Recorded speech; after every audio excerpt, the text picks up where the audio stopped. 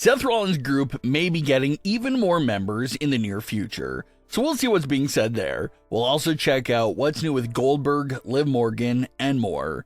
Starting things off with the big news for Seth Rollins and his group. Now being 2 months into their run as a unit, Seth Rollins' group has made a lot of big moves and sparked a lot of momentum. The group seems to be sitting very comfortably on top of Raw, especially Seth Rollins, who now has the Money in the Bank contract in his possession, along with his whole group standing behind him. We've never really seen a Money in the Bank contract holder seem this dominant and impactful with a whole group surrounding them like this. Yes, technically Damian Priest did have a faction surrounding him as the contract holder, but the Judgment Day never had a clear leader and their relationship with each other was always a bit rocky. But in Seth's case, he's the clear-cut leader. They're a brand new group. Their unity is off the charts. It just seems like there's nothing in the world that could stop them and stop Seth from cashing in when he so pleases. Everyone expects the cash-in process to be a breeze for Seth Rollins with all that help that he has around him. And according to new reports, things may get even easier for Seth Rollins, with several more members potentially being on the way for his group. It's now being reported that both Ricky Saints and Ethan Page have been pitched to make their WWE main roster debuts by joining Seth Rollins' group on Raw. This is apparently something that's been pitched and has a realistic chance of actually happening, and there's definitely some mixed reactions out there from the fans. You got your group of fans that think this is a great opportunity for Ethan Page and Ricky Saints. It's a big prominent role for them to have on WWE's flagship show of Monday Night Raw. It'll keep them on television on a consistent basis as a part of a big storyline. But then, you also have your group of fans that don't really know how to feel about these two additions made to the group, because maybe now things are being a bit too overcrowded. With these new additions to the group, that brings Seth's faction to 5 Action members, plus Paul Heyman as well, which is not a crazy number at all for a faction to have. It's just that obviously someone out of the 5 will kind of just be lost in the shuffle and not have that much spotlight on them as the others. That's 5 very big personalities all in one group. Would they really have enough time to put the spotlight on each individual member? That's the big question here.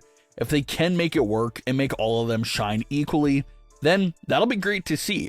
Obviously, the Judgment Day had a high number of members at one point. Same goes with the Wyatt Six, who also have 5 members. But fans just seem very curious to see how exactly these 5 members in Seth's group would really mesh with each other. Would it work? Would it feel natural? Would they feel like a true family unit the same way the Judgment Day and the Wyatt Six feel like? The jury would definitely be out on that one. There's a lot of fans that are already discussing chemistry and unity issues with the group, as they stand right now with the 3 active members. So adding these 2 big NXT names would definitely grow that conversation there as well. On top of the 2 big NXT names, there's constant buzz and rumors Becky Lynch's eventual inclusion into Seth's group. Becky has been rumored to join Seth basically ever since she turned heel herself.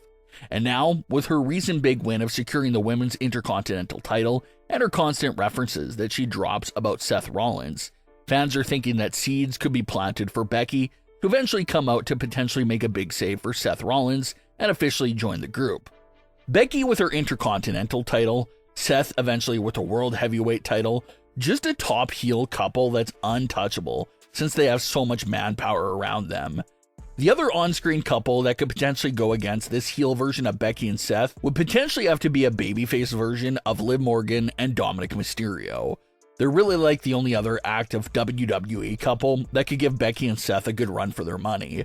Because outside of them, there's no top babyface couples that would be able to stand toe-to-toe with this heel and powerful version of Seth Rollins and Becky Lynch. So if you thought Seth's expansion was over with Bronson Reed, think again, because potentially 3 more members could be headed over with Ricky Saints, Ethan Page, and Becky Lynch. And if those 3 additions do actually take place, then it's only a matter of time before Monday Night Raw would truly be running through Seth Rollins and his entire group. Paul Heyman did warn everyone when this all first started that Seth Rollins is basically at right now where Roman was at in August 2020. In August 2020, Roman was an accomplished top star, potentially already a Hall of Fame star at that point in time, but he never took it to the next level. And everyone knows what happened right after August 2020. Roman switched gears and took full control and power of the WWE. Paul Heyman is predicting a similar projection for Seth Rollins. Seth was already a big star before this run started, but how this run is going to take him to the same levels of the tribal chief. So it's an exciting time, new members constantly on the way, and everyone's ready to see this group fully lift off from the ground and take every member to big new heights. It's the unfortunate update that no one wanted to hear, but reports are now claiming that Liv Morgan will require surgery for her dislocated shoulder injury that was suffered on Raw. Right after the injury took place, lots of reports were estimating a 3-month recovery timeframe. Well, now the estimated timeframe has changed due to this new update about Liv undergoing surgery. Liv's recovery timeframe is now reportedly set to be closer to 6 months, which is unfortunate. That means that Liv is potentially gone for the remainder of 2025 as a whole.